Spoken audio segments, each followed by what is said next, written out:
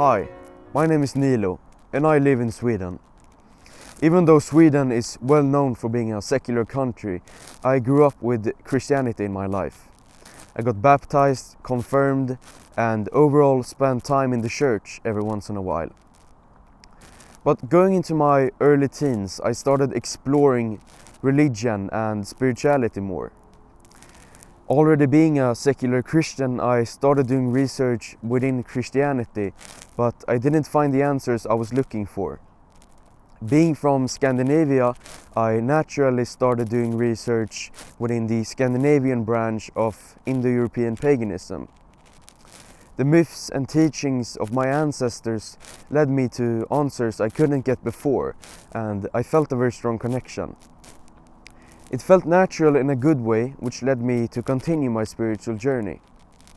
For some years I didn't practice my faith and I didn't talk to anyone about it. For example, I didn't pray, I didn't offer libations or offerings, and it wasn't until recently when I joined the Hamingja Foundation that I actually truly started to practice my faith.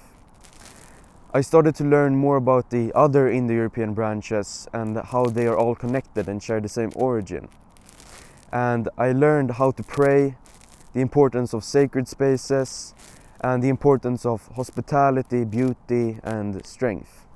The beauty about our spirituality is that there's more than a lifetime of teachings and wisdom to be found. I think that we're missing so much in today's society. The simple yet beautiful ideas about family, strength, hospitality, and spirituality has slowly started to disappear, which makes life for modern man much less fulfilling and purposeful. In Europe and all over Western society right now, there's a great need for meaning and purpose. A tree with strong roots can better survive the storm compared to a tree with weak roots. And I personally think that the connection with our roots is super important if we want to find meaning and purpose in life. So what Europe needs right now is a strong connection with their roots. Unlike imported religions from the Middle East, our native spirituality offers a divine connection with our ancestors, which I think Europe really needs right now. As someone who belongs to the younger generation, I think it is important to offer a good alternative to the degenerate lifestyle that is trending right now. I want my peers to realize that they are part of something greater and more divine. So to young people watching this, I want to inspire you to follow the footsteps of your ancestors and don't be afraid to follow and honor their teachings and beliefs. New clothes or a like on a social media post won't give anywhere near as much purpose, strength and meaning as a strong relationship with the divine will.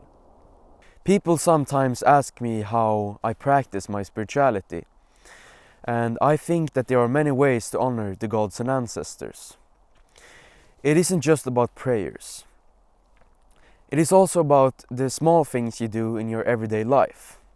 And since starting my spiritual journey, I've started to become more mindful of the small decisions I make in my life.